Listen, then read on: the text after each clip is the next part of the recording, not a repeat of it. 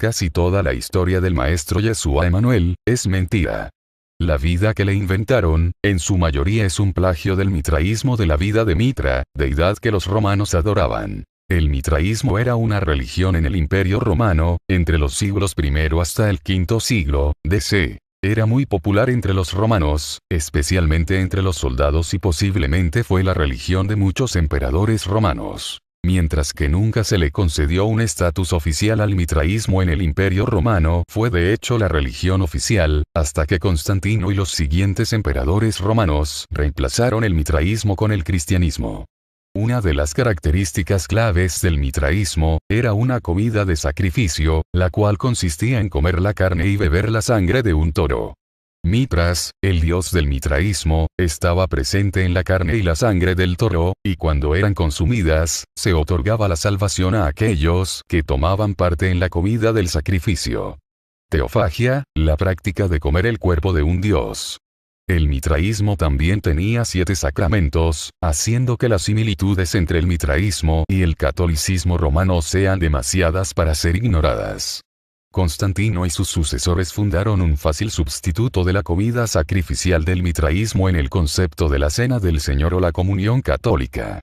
Tristemente, algunos de los primeros cristianos comenzaron a añadir el misticismo en la Cena del Señor, rechazando el concepto bíblico de un simple acto de adoración y recordatorio de la muerte y derramamiento de sangre de Cristo.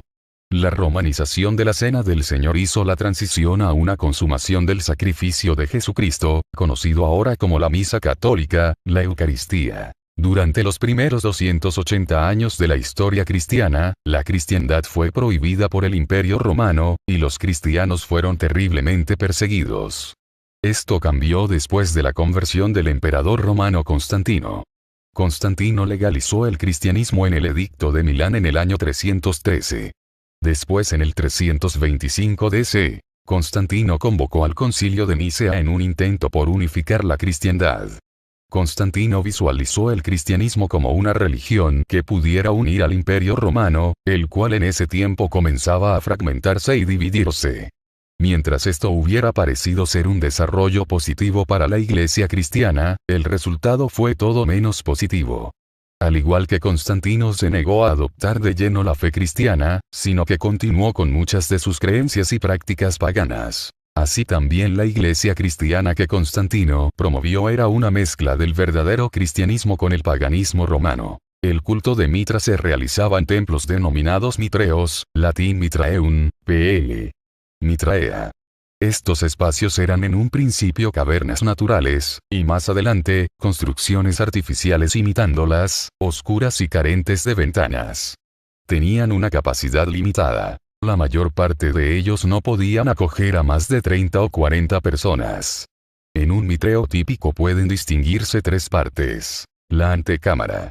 El espelaeum o espelunca, la cueva, alargada sala rectangular decorada con pinturas y 2 largas banquetas a lo largo cada una de las paredes para los banquetes sagrados. El santuario, en el extremo de la cueva, en el que estaban el altar y la imagen, en pintura, bajo relieve o estatua exenta, de Mitra dando muerte al toro, conocida como Mitra tauróctonos. Se han encontrado mitreos en muchos de los países que pertenecieron al Imperio Romano. Algunos han sido convertidos en criptas bajo iglesias cristianas. La mayor concentración de mitreos se encuentra en la capital, Roma, pero también se han descubierto en lugares tan distantes entre sí como el norte de Inglaterra y Palestina. Su distribución por la geografía del imperio está en relación con los cuarteles e instalaciones militares. El 25 de diciembre, coincidiendo aproximadamente con el solsticio de invierno, se conmemoraba el nacimiento de Mitra. También eran sagrados los días 16 de cada mes. Los adeptos de Mitra santificaban también el domingo, día del sol, que en inglés por eso se dice Sunday. También existen paralelismos y plagios de la vida de Horus de Egipto, y así podemos encontrar esa misma historia que se repite en varios avatares. ¿Coincidencia? Por mencionar algunos son Dionisio de Grecia, Krishna en la India, Mitra de Babilonia, Thor de las culturas nórdicas. Todos estos nacidos el 25 de diciembre, de una virgen, bajo la estrella del este, adorados por 3 reyes, maestros desde los 12 años, bautizados, hacedores de milagros, 12 discípulos que les seguían, traicionados, crucificados, muertos por 3 días y al final resucitan. Todos estos atributos son paralelismos de varios acontecimientos que suceden cerca del solsticio de invierno en el norte del planeta. Son una metáfora del ciclo astronómico del Sol. Marcan su paso por las 12 constelaciones del zodíaco, por eso los 12 discípulos, y la cruz del zodíaco que marca esto, la extrajeron para fetiche y adoración, del artefacto donde fue según sacrificado el Maestro, por redimir los pecados de la humanidad. El nacimiento de estos personajes se basa en la alineación de las 3 estrellas del cinturón de Orión con la estrella Sirio, que es la estrella del este, la más brillante, que se alinea con la salida del sol en el horizonte el 25 de diciembre. Y su muerte se asocia con la metafórica muerte del sol durante el invierno, ya que los días se hacen más cortos, llega el frío y las cosechas cesan. Ya que el paso del sol durante diciembre en el hemisferio norte se va trasladando hacia el sur. Pero curiosamente durante 3 días, 22, 23 y 24 de diciembre, este pasa por la constelación de la Cruz del Sur hacia el sur, haciendo la metáfora que este es crucificado en esa cruz, para después exactamente el 25 de diciembre, el sol cambia su trayectoria y empieza a subir hacia el norte por el horizonte, dándole la resurrección del Señor de la Luz y el calor. Anunciando que empieza el ciclo de llegada de la primavera. Todo esto valió para que todas las culturas comprendieran el valor del sol, el Señor que trae de vuelta los días largos, o sea la luz, el calor, las cosechas, y por fin vencía a los poderes de la obscuridad. Comprendían que el astro sol es la glándula pineal de este sistema, y se sabía que sin la vida no podría ser. Por lo tanto, las culturas antiguas honraban y veneraban al astro sol por estas razones. Así la Iglesia romana decidió terminar con esta veneración a algo tan común y obvio como el sol, para poner en su lugar a un ser mesiánico y santificado para ser adorado. Pues así vemos que el Maestro no nació en diciembre, eso fue un invento de uno de los papas para poner en esas fechas todas las fiestas paganas en una, y por los acontecimientos astronómicos ya mencionados. Yeshua nació en la era anterior de Piscis, por lo tanto todo en su vida está marcada por esto, nació en marzo, era de signo astrológico Piscis, y todo esto marcó su vida. Por eso se le relaciona con el signo de un pez. Su nacimiento fue ya marcado y preparado desde varias vidas atrás, y asimismo sus padres también venían de un linaje marcado y preparado para la misión. Toda la familia desciende de uno de los 4 linajes de donde desciende la civilización humana. El linaje de Ra, que era uno de 4 voluntarios que encarnaron en el exterior, procedentes de las naves nodrizas, en las que llegamos todos, pero hay que decir que no todos salieron al exterior, ni se metieron a las cavernas intraterrenas. Unos cuantos permanecieron ahí para resguardar y dirigir la misión, para que no se infectaran del virus y se distorsionaran por la gravedad del planeta y demás situaciones inestables de esta dimensión densa y burda. Así que estos son llamados los voluntarios de las naves, que conservan hasta hoy su estructura ayapliana, y sus cuerpos siguen siendo sutiles, porque se acomodaron en la realidad antimateria del planeta, en los polos de este. Y solo se comunican telepáticamente con los hermanos eramitas, Elohim e intraterrenos son los que mantienen la comunicación con la Confederación Interestelar. Pues 4 de ellos decidieron tiempo atrás encarnarse en la energía pensamiento primero de los interanos, para así salir al exterior con un cuerpo adaptado al ambiente de humano ayapliano, y así empezar a formar los 4 linajes donde descendemos todos, enseñando todo el conocimiento universal a los hermanos del exterior, y progresivamente mezclarse para mejorar el código genético de nosotros los humanos, que fuimos atacados por la fuerte distorsión ya mencionada. El nombre de estos 4 linajes es linaje Ra, linaje Vis, linaje Tarik y linaje Hak, que se esparcieron por toda la Lemuria y la Atlántida. Del linaje de Ra el voluntario desciende el linaje oscuro de los hermanos que se distorsionaron y mutaron por el virus ambición reptiliano.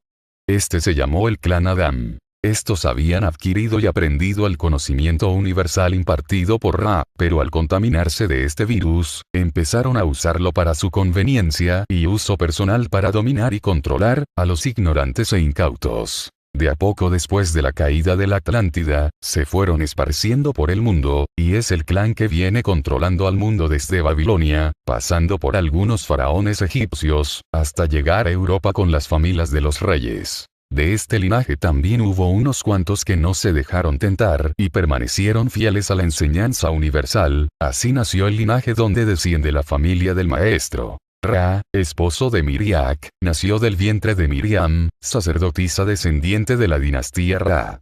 Miriak fue escogida entre todas las mujeres por la pureza de su energía y por el linaje directo de los primeros interanos que albergaron a Ra y Miriak. Inseminada con el semen elevado de Joseph, descendiente de los primeros interanos de la ciudad interna, fue preparada e introducida en las enseñanzas secretas y herméticas del templo de Partenón. Miriam fue preparada desde pequeña para la gran misión encomendada por los voluntarios e interanos. Traer al mundo a la reencarnación de Ra, quien nacerá de entre los hombres, aquellos que tenían la semilla de los interanos, pero no la semilla mental de los voluntarios, tenían alma, pero no espíritu. Yeshua fue concebido de manera natural con el esperma de un hombre y el óvulo de una mujer, pero con un alto conocimiento de sus padres en sexo alquímico, tántrico y sagrado, para poder crear un molde hombre de altísimo nivel vibratorio y energético, que pudiera albergar una alma de ese calibre, tan elevada y preparada, y no solo por copular. Por la astrología y los movimientos de la Tierra, el ángulo perfecto de la Atlántida ya no se encontraba en el norte de África. Por medio de los estudios matemáticos que los voluntarios e interanos hicieron, determinaron que Josué Manuel, Ra, debía nacer en el Mediterráneo. Con el ser escogido en el vientre, Miriam y Joseph se encaminaron al Mediterráneo. Pasaron meses hasta que llegaron a Palestina, donde Yeshua Emanuel nació y donde ellos también se establecieron y formaron una familia próspera y de alcurnia. Yeshua Emanuel creció bajo la tutela de su madre, quien le transmitió desde pequeño la sabiduría milenaria del universo. Su familia era descendiente del rey David, por lo tanto venía del seno de una familia acomodada, nunca fue pobre, y era de tez morena clara del tipo judío del desierto, con rasgos muy diferentes a como lo pintan. No era rubio ni de ojos azules. Yeshua Emanuel creció bajo la tutela de su madre, quien le transmitió desde pequeño la sabiduría milenaria del universo. A la edad de 17 fue mandado por José de Arimatea, su tío, a Egipto y fue en ese país que él estudió y se convirtió en médico del alma y de la materia. Ahí fue recibido por sacerdotes que sabían quién era él, y de dónde provenía. Durante 12 años de estudios profundos, y bajo la tutela de los sacerdotes egipcios, Yeshua Emanuel aprendió los grandes secretos del cuerpo y la mente del hombre. Conoció la profundidad del alma humana y el estudio de la energía, los misterios de nuestro origen, la verdad de la ciudad interna, tanto material, como la antimaterial, donde las almas se preparan para encarnar. El conocimiento universal y la reencarnación de Ra. Aprendió el conocimiento de su existencia que le fue revelado en todo su esplendor. Además del manejo correcto de la energía y la materia, y conocimientos de medicina, herbolaria, astronomía, matemáticas y demás. Después viajó al oriente, a la India, y se dice que llegó hasta el Tíbet. En los evangelios gnósticos habla de esto, en donde intercambió conocimiento con los maestros del oriente, para instruirse en el arte del tantra, la meditación, yoga, y la respiración pránica. A la edad de 29 años regresó a casa de sus padres, donde se encontró con sus hermanos y otros de la familia que habían nacido en su ausencia. Cuando él regresó a su ciudad, se encontró con un pueblo ignorante, supersticioso, donde la injusticia prevalecía, las familias pudientes no se interesaban por los necesitados, el gobierno se había dividido, y que se encontraba bajo el dominio de otro pueblo opresor y dominador. Yeshua Emanuel provenía de una familia pudiente y rica. Compadecido y lleno de amor hacia sus semejantes, decidió que todo lo aprendido en Egipto lo volcaría al servicio y a favor del pobre y del necesitado. A la edad de 30 años le fueron revelados la misión y el sacrificio que debía realizar y el porqué de su venida a este mundo.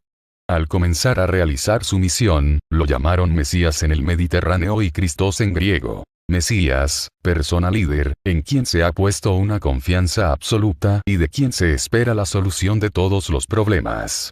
Del hebreo masí, que significa el ungido. Christos, en griego significa también el ungido. En esa época los médicos del Mediterráneo no tenían el conocimiento profundo de los griegos y egipcios.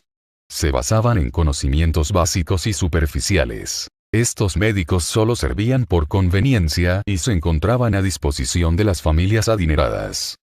Regresó a la edad de 29 años, para empezar su labor, y aceptar su misión de sembrar amor y conocimiento en las conciencias. Cosa que aceptó y recibió en el desierto cuando fue a meditar. Ahí comprendió y asimiló toda su vida y su misión, había despertado su conciencia. Y con su alto grado de preparación, logró activar todo el potencial de su código genético DNA, es el único humano que ha activado las 12 hebras de la hélice del DNA, y abrió su glándula pineal al 100%, y conectó sus 2 hemisferios cerebrales, cosa que le hizo conectarse con dimensiones más sutiles, y percibir cosas que están ahí, pero que no vemos por la falta de todo lo mencionado. Ahí hizo una simbiosis especial, albergó en su glándula pineal a un espíritu solar llamados los Sepirot, o sea a Cristo.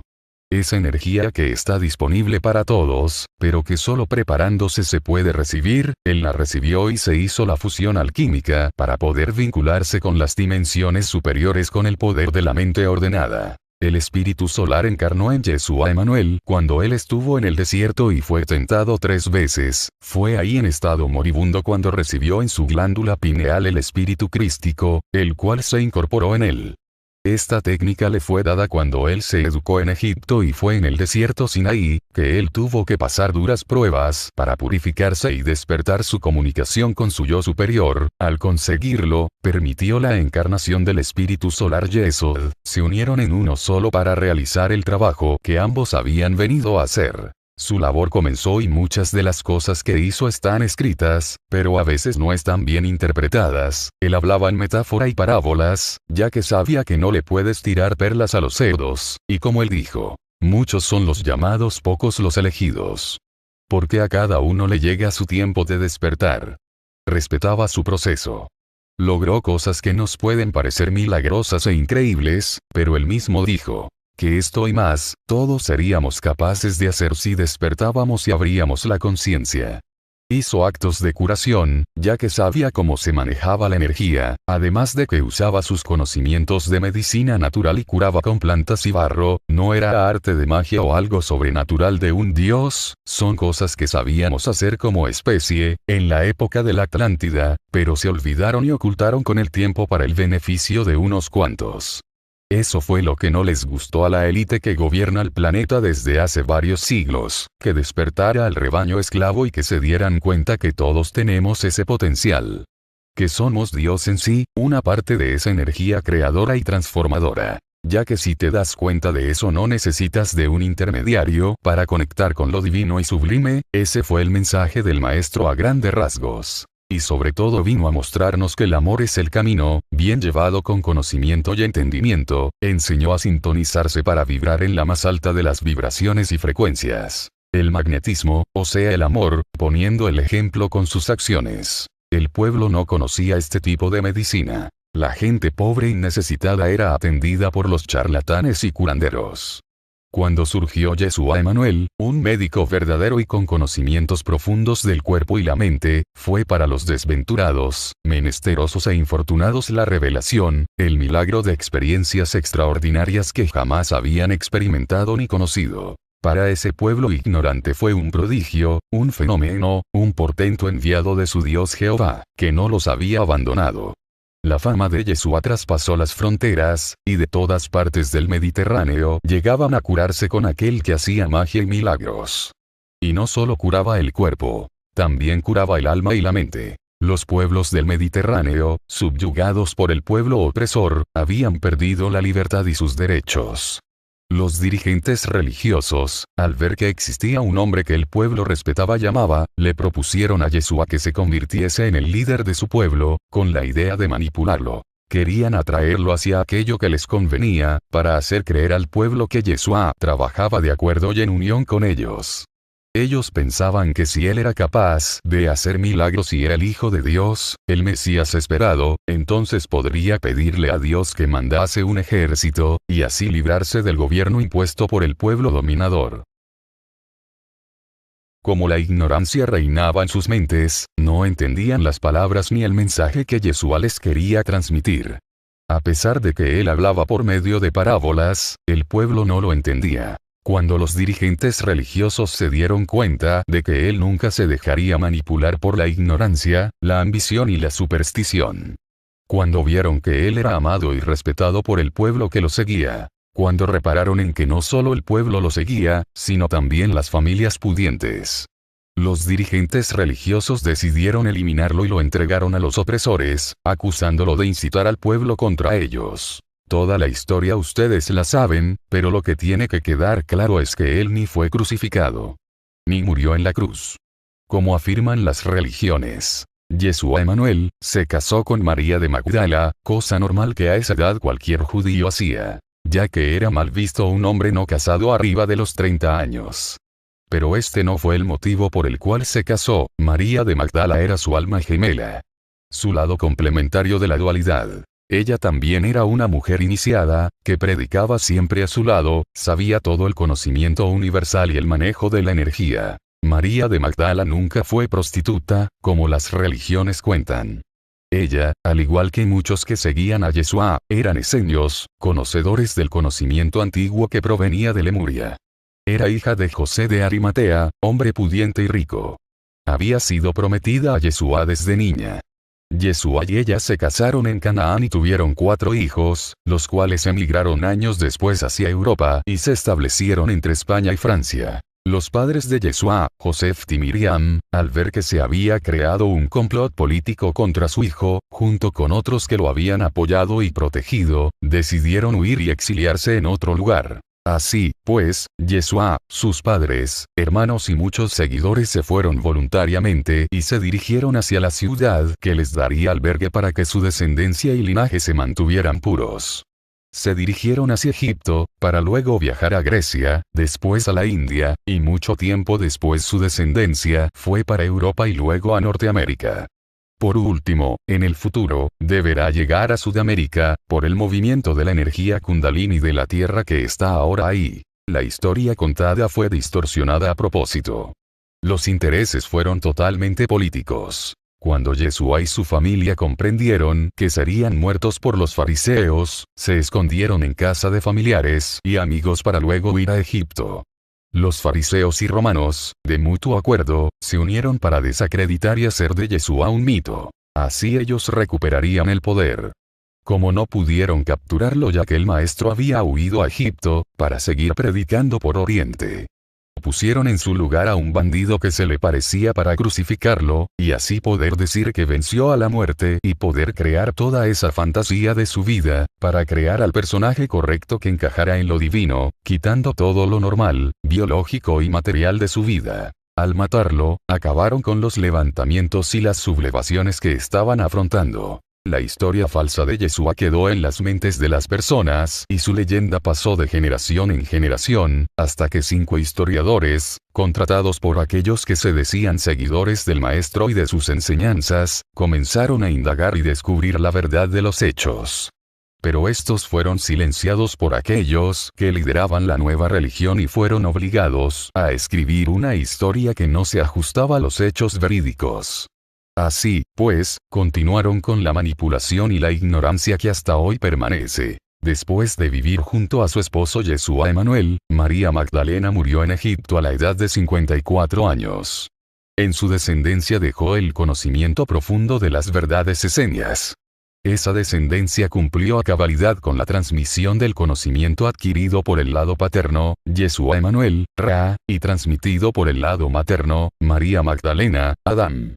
Pasaron algunos años y la madre de Yeshua, Miriam, desencarnó y reencarnó en su descendencia, Miriam egipcia.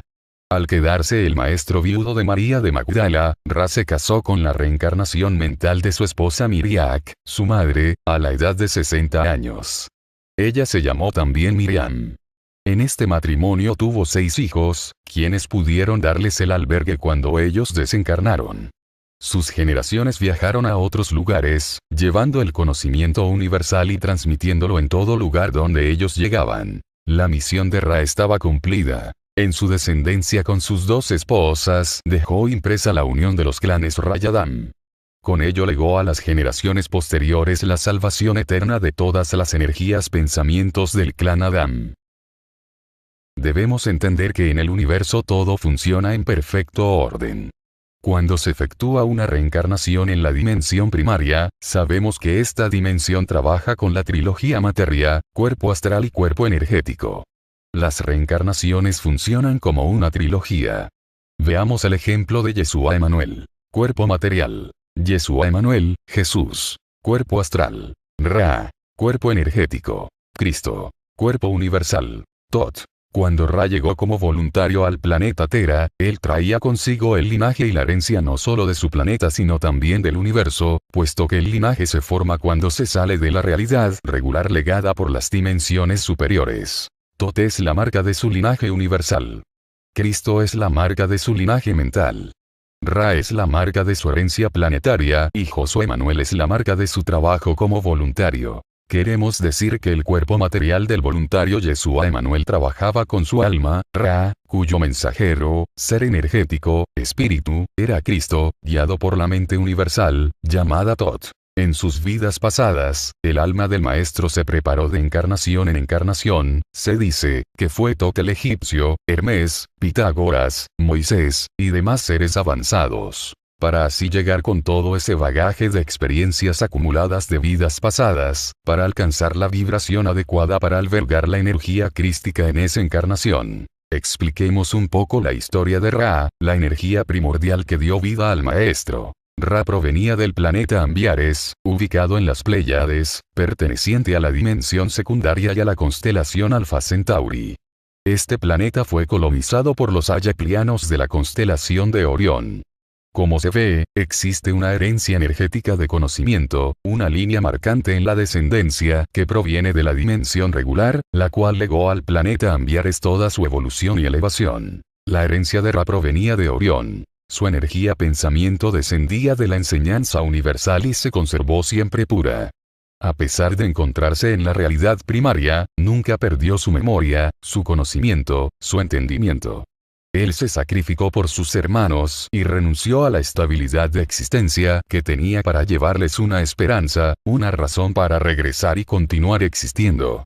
Se dividió en miles de energías pensamientos para dejar en su descendencia la marca imborrable de elevación. Si hacemos un recuento de las vidas de Ra, vamos a darnos cuenta de que él nació en el mismo lugar una y otra vez durante mucho tiempo, con el propósito de dejar en su descendencia la semilla que luego se esparciría por toda la tierra.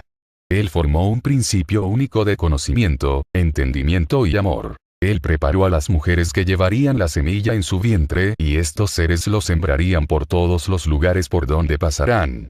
Él les ofreció la Atlántida e inseminó las mentes del conocimiento universal. Él elevó la energía pensamiento y les dio la oportunidad de regresar. Él dio su amor a los hombres y les enseñó que la única forma de regresar sería a través de él. Cuando todas las energías pensamiento del linaje Ra y Miriak regresen, habrán agrupado el cuerpo energético de Ra, el cual se llama Cristo. Es Cristo quien regresará en la nave de los voluntarios, porque el linaje de Ra proviene de Orión. Ra es descendiente de Cristo y es Cristo quien deberá recuperar su descendencia en Orión para convertirse en Tot, conocimiento, entendimiento y amor, cuya mente pertenece a la descendencia de la dimensión perfecta.